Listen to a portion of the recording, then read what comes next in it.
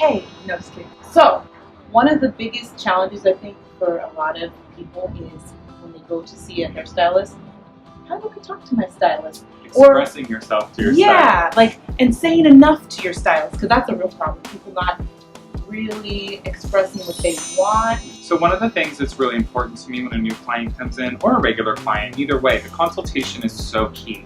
And so I like to find out not only your hair history, what current chemical services you have going on, what is your routine, what is your product like, but I need to know what you're really looking to have done. When it comes to blonde, for example, so many different tones, so many different shades, and if you just come in and say, oh, I want to be blonde today, that could mean anything. It really could mean anything. And so it's really important to, as a client, if you don't know the proper terminology or verbiage to speak with your stylist, find photos. The internet is a great resource. Granted, a lot of what you see on Pinterest and Instagram is way over edited. Yes.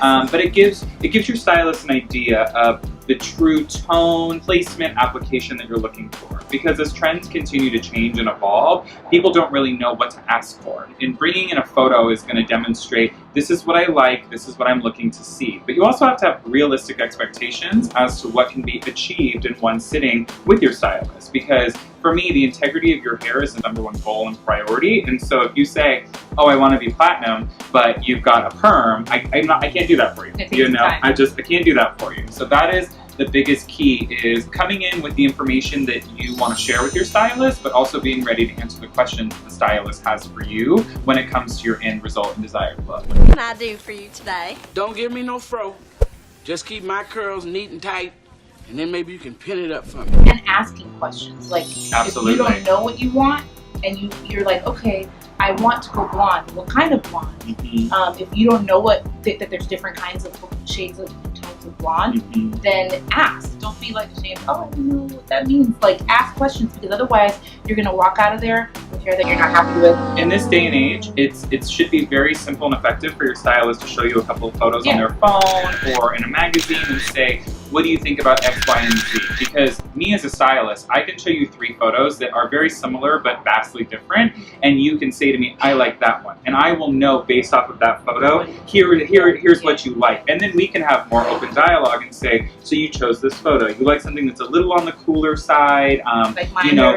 Yeah, exactly. Yeah. Or a lot of it too with the technique comes down to your maintenance. If you're looking for something that is incredibly high maintenance, or if you're looking for something that's incredibly low maintenance, you need to be able to talk to your stylist about, this is how frequently I can come, this is what is in my budget. Budget is another huge thing. You cannot get a 7-hour color process and expect to pay $125 for it. It's just not a thing. And we also cannot do a 7-hour color process in an hour and a half for $125. No. It's just not a thing. So realistic expectations and just listening to your stylist, because I'm here to steer you in the right direction. And if I say that I don't think something is right for you, it's not because I don't want to do it. It's because it's what I truly believe is going to be best for you and the integrity of your hair. And that's kind of like how to judge whether a stylist is actually a good stylist or not. It's true. It's not just the skill of how to apply the product and to create the color and the cut.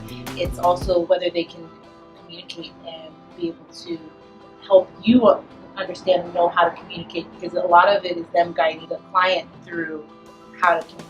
Absolutely. Well, and the whole thing should be a teaching experience for your client. Felice and I have been seeing each other for 2 years now, and even today at her appointment is still learning new things. And so I think it's really important to build on the foundation skills to know how to properly care for and maintain your hair, but then learn the other things along the way. You know, here's some tips for heat styling. Here's some tips for when you go to bed at night. You know, you need to pick up all that valuable information from your stylist so you can take the best care of your hair at home. Because I always say to people, I can do everything in my power to give you great hair today, but what you do in those 4 to 6 weeks in between when I see you makes the world of difference. I talk to them all the time about, oh man, I discovered this when I was at home. I discovered this. Yeah. You know, and also talking about what happens in between, because like I was talking about my teasing experiment. I was doing it for like about a good year of teasing, and it finally broke off.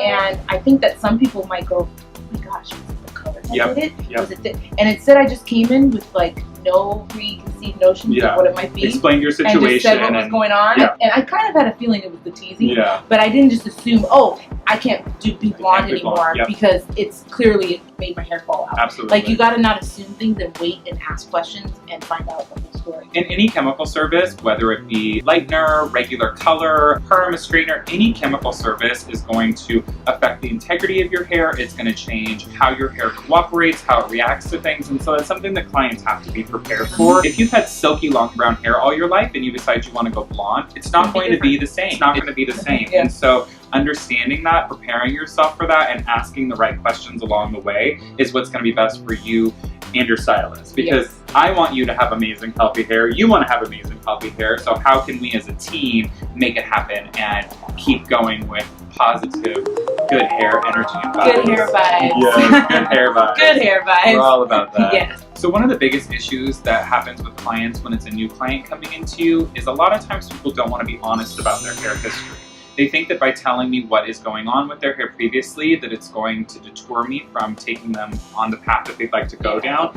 But you have to. A lot of clients will say, oh, I haven't colored my hair, this is my natural color. Just because you used a box of brown hair color that is a natural color does not mean that this is your natural hair. This is my natural hair color. Yes, exactly. This is my natural hair color too. But any chemical that's already living in the hair is going to have a negative reaction to something else going on to it. So I need to know, as the stylist, okay, this is what you've got going on. It prepares me for your service and gives me a roadmap as to how to go down this road and really properly take care of your hair. But a lot of times people will not be forthcoming with information. They will lie to you. Lie, lie, lie. And the thing is, I always say this, the foils don't lie. You can tell me you don't have any coloring, and when I open up that foil and there's banding all the way through, you are lying to me. You are lying to me. You ain't got to lie, Craig. You ain't got to lie. Ain't nobody lying. And that's a choice that you made. But it's also a choice that's going to affect the integrity of your hair. It's going to affect the outcome of your hair. Damage your hair too. Completely. So please, just be honest with your stylist. Just be honest. Yeah. You used a $10 box color and it's going to cost you $500 to get it fixed. Be honest. Why you Be honest always with lying? Guess what, guys? We are on social media. Woo! Follow us on Instagram. Yeah, we're on the YouTubes and we're on the websites as well. So the social media. Click on the buttons that are going to be below. There's a follow here, a follow there, like everywhere.